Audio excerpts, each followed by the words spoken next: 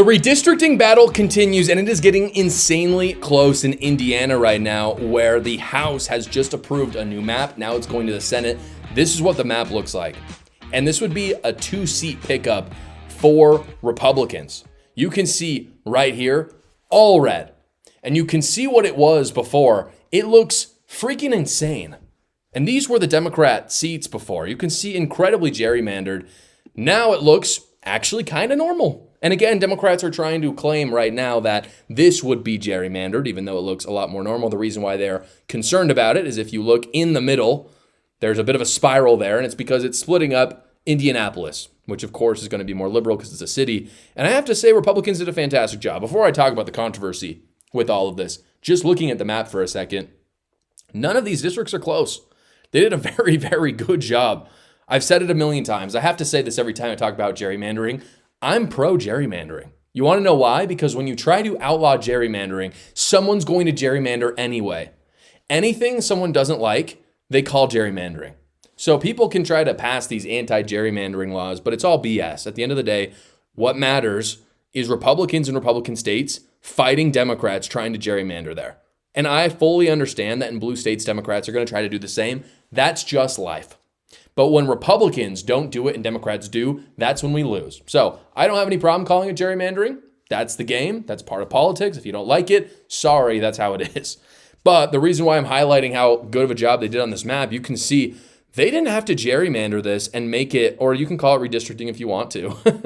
But, they didn't have to redistrict this into like, plus, R+3 over there. Or R+5, where it's like, in the midterm year, even though it's technically leaning Republican, it could be close. No, this is like R+18.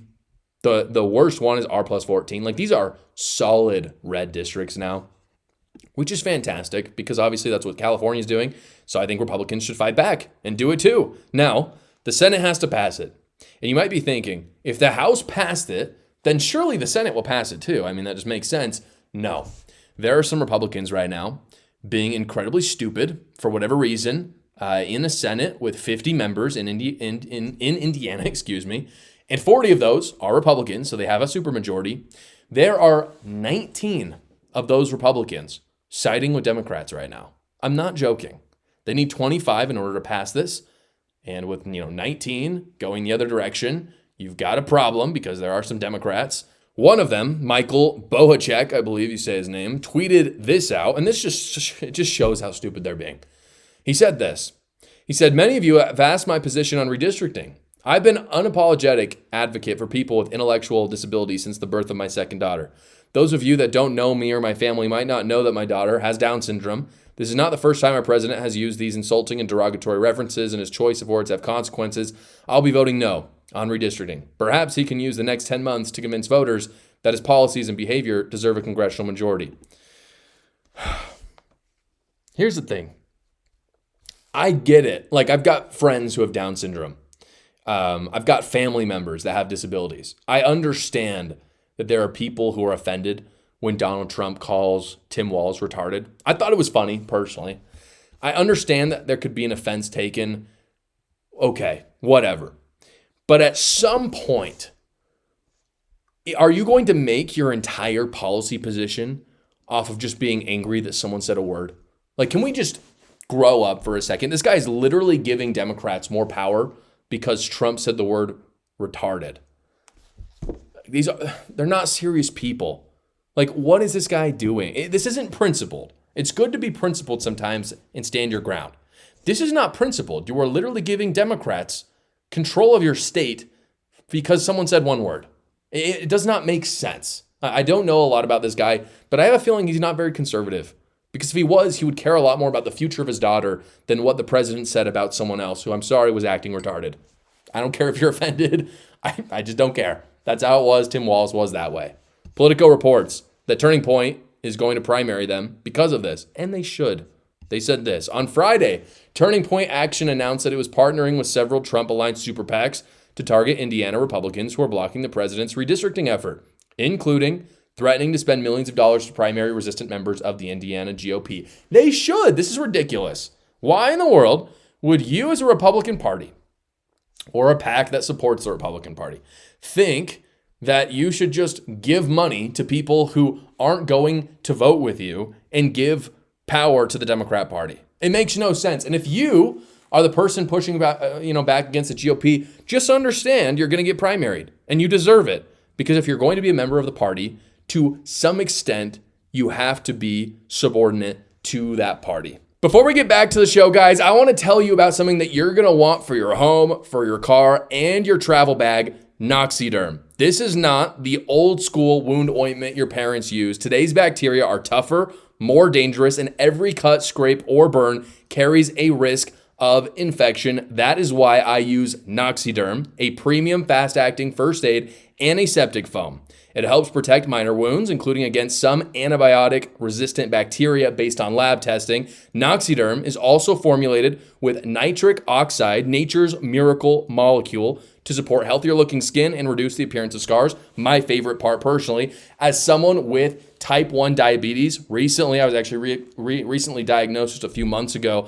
I've been healing a little bit slower. It takes a little bit longer, giving more risk for infection to set in, and that's why Noxiderm is a powerful investment for my family and my everyday protection. For an exclusive listener offer of 15% just for you guys, I've never done this before. Visit shop.noxiderm.com/Josh Carr. Enter the promo code in the show notes. It's Josh Carr. Go check it out right now. Don't hesitate, guys. This deal won't be around forever. Take care of yourself and your loved ones. Noxiderm is for minor cuts, scrapes, and burns only, not for serious wounds.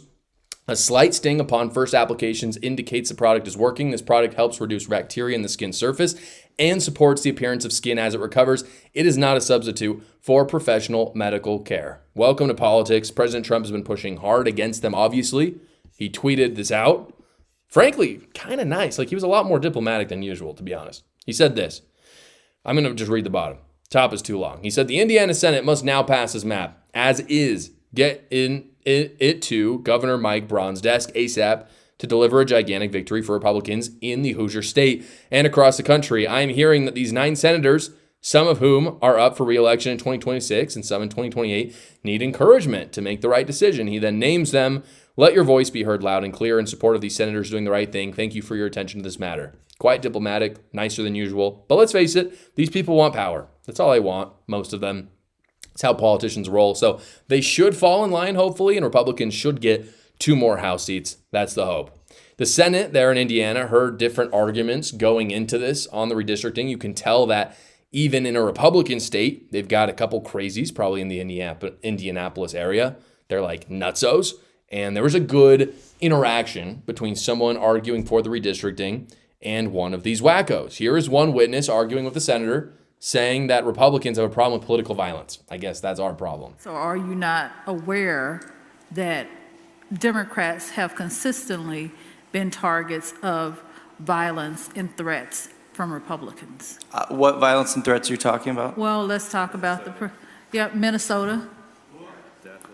I would counter with the example of Charlie Kirk. And how about the president also stating that he could walk down a street and kill someone? Well, so you're aware that Republicans... That was a joke. How do you know it was a joke? Well, that was a long time ago, and he was joking. But in the violence in Minnesota... Was there any Republicans that cheered that on or supported that? I didn't see any. But in the polls of the country, 30% of Democrats in the country say they loved the death of Charlie Kirk and thought that was a good thing. And there were staffers in congressional offices who said... I'm not aware of anyone that has that appreciate or wanted the death of Charlie Kirk. Ilhan Omar. Like I said, I'm not aware of anyone, but I think it's very important to point out that a lot of the violence that comes, you cannot just put on one particular party. It's a Democrat problem, not a Republican one. We all know this. Good for him for standing up to her.